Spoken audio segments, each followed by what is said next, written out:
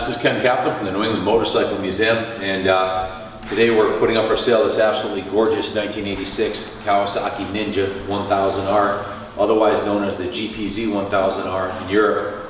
This was an evolution from the 900cc.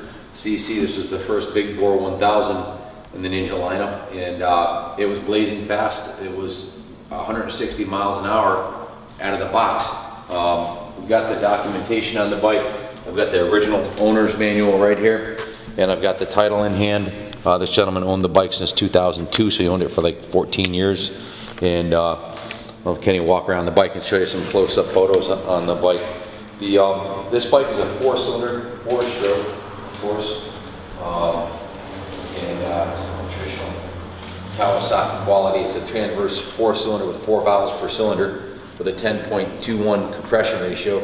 Has 4 Keihin CBK 36 carburetors with 125 horsepower at the rear wheel, 6-speed chain drive with 40mm telescopic forks, air assisted with anti-dive system on it. The rear end's a Unitrack rising brake with adjustable rebound damping, twin 280mm front discs, and a single 260mm rear disc. Has Metzler tires front and rear, a 120/16 on the front and a 158/80 on the rear. Again, 160 miles per hour, right out of the box, bone stock. This is rare to find these bikes in this kind of shape, whether it's bone stock original, I guess, except for the tires. These are highly modified bikes, usually equipped with pipes and engine mods and intake mods. This is a well preserved model. Again, I have the title in hand. If you do a little research online, you'll find that these are really popular bikes, and they're going up in value. That's a classic. So, not sure what else to tell you about it. If you have any questions, give me a call at 860-916-9784. All proceeds from the sale are going to the New England Motorcycle Museum. Show them some close-ups of the bike, Kenny, so you can get a closer look at it. There's some good pictures online for you to look at it too.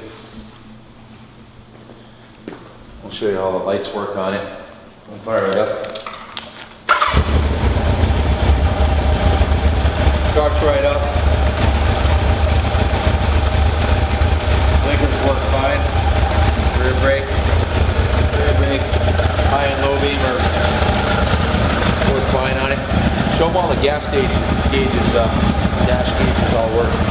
Got your neutral light, start button, tachometer, speedometer. Everything's 100% on the bike. I also have the work order. Read off to you what was done in our shop. Focus on the bike.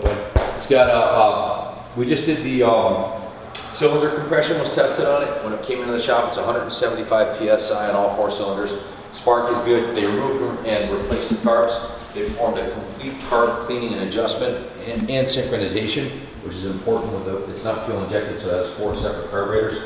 So the carbs were synchronized. All the work was done by Mark Olson. He's the lead tech at the museum here, who's been working on these types of bikes for over 30 years. He replaced the fuel lines, checked the petcock operation, everything's good on that.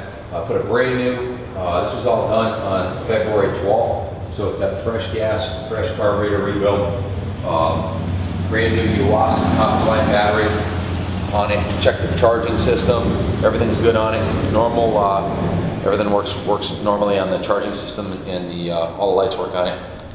He cleaned the throttle pipe, the handlebar, and pressure lube both the throttle cable and adjusted the free play. The only item he had down on here is he said the rear brake pads are worn. They work fine, but it's near the end of its life on the rear brake pads. Tires are serviceable. The other note he had is that there was a tiny leak from the fork seals, a little bit of leaking on the fork seal, so that might stop after you ride it a little bit. Sometimes the fork seals leak from sitting, but worst case scenario, you have to put some new fork seals on it. But it's a beautiful bike, very rare to find in this kind of condition. The paint is super shiny. It's got a little scratch on the fairing lower right here, and a little crack and scratch. Well, other than that, doesn't look like it was ever dropped.